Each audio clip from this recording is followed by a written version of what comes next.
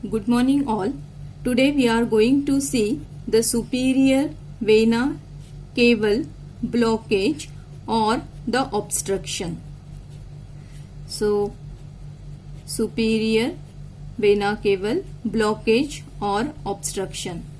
Now all of we know that superior vena cava, it is an important vena channel which is draining into the right atrium of the heart. So this is simple diagram of the right atrium and this is the superior vena cava. Now superior vena cava, it is further formed by the right and left brachiocephalic vein or innominate vein. So this is superior vena cava, this is right brachiocephalic vein and this is left brachiocephalic vein. Further, the brachiocephalic vein, it is formed by the internal jugular vein and the subclavian vein. So this is internal jugular vein and this is the subclavian vein. Subclavian vein, it is further the continuation of the axillary vein. Further course we will see later on. Now with this brief introduction of the superior vena cava, we will go to the blockage of superior vena cava. Now before that, let us go for the opening of azygous vein in the superior vena cava. So this is the opening of azygous vein which opens into the superior vena cava. Now superior vena cava may have blockage above the opening of azygous vein or below the opening of azygous vein. Now if there is blockage or obstruction above the opening of azygous vein, the venous blood of the upper half of the body is returned to the right atrium through the azygous vein and the superficial veins are dilated on the chest up to the costal margin. So how it is returned through the azygous vein, let us see.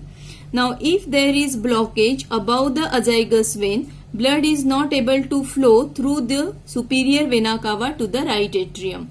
Then it returns to the right atrium through the azygous vein. So how? So if there is blockage, blood will flow through the brachiocephalic vein to the subclavian vein. As subclavian vein is continuation of the axillary vein, then it will go to the axillary vein. Now subscapular vein, it is one of the tributary of the axillary vein. So then the blood will flow go to the subscapular vein. Subscapular vein, it is further formed by the thoracodorsal vein and the circumflex scapular vein. So the blood, it will flow further through the circumflex scapular vein and through the circumflex scapular vein it will go to the scapular anastomosis. It will go to the scapular anastomosis as it is responsible for formation the anastomosis around the scapula. Now from the scapular or anastomosis around the scapula, the blood, it will flow to the intercostal vein. And we know that intercostal vein, they drain into the azygous vein. So from the intercostal vein, the blood will go to the azygous vein. And from the azygous vein now, the blood will go to the superior vena cava and from the superior vena cava to the right atrium. Clear? So this is one collateral circulation which takes place in case of blockage of superior vena cava when it is blocked above the opening of azygous vein. Clear? Now if there is blockage below the opening of azygous vein, so what will happen? Even if the blood takes this channel, blood will not able to return back to right atrium because here there is blockage. So in that case, when the superior vena cava is obstructed below the opening of the azygous vein, the blood is returned through the inferior vena cava. So inferior vena cava also opens into the right atrium from below. So blood is returned through the inferior vena cava via the femoral vein, and in this case superior veins are dilated on both the chest and abdomen. Yeah. So let us see that route. So now once again we will go to this diagram. So this is right and left brachiocephalic vein. This is superior vena cava, and this is the right atrium, and here now we will go for the inferior vena cava. Now this is opening of azygous vein. Now in this second case, blockage is below the opening of azygous vein. So now in this case what will happen? Blood will flow back through the brachiocephalic vein. Then there is internal jugular vein and subclavian vein, as we have already seen. So it again goes through the subclavian vein. Then it goes to the axillary vein. Now after going to the axillary vein, it will go now to the lateral thoracic vein. Now lateral thoracic vein, it is one of the tributary of the axillary vein. So now in this case, the blood from axillary vein will go to the lateral thoracic vein.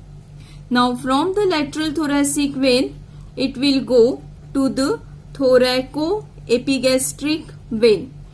Thoracoepigastric vein, it is the vein connecting the lateral thoracic vein, and below it connect with the superficial epigastric vein.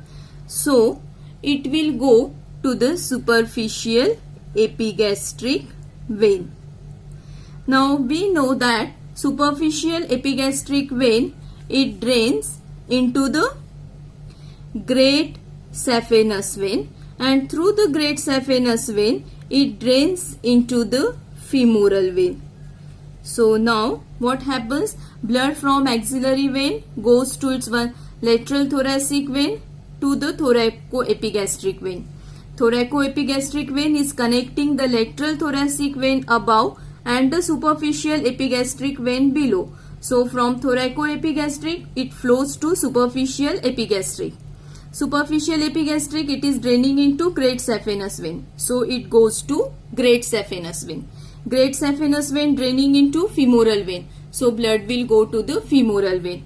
Now from the femoral vein, blood will go to the inferior vena cava. And from the inferior vena cava, blood will go to the right atrium. Clear? So in case of obstruction above the azygous vein, blood returns to the right atrium through the azygous vein. In case of obstruction below the azygous vein, blood returns to the right atrium via femoral vein through the inferior vena cava. So this is all about the superior vena cava blockage.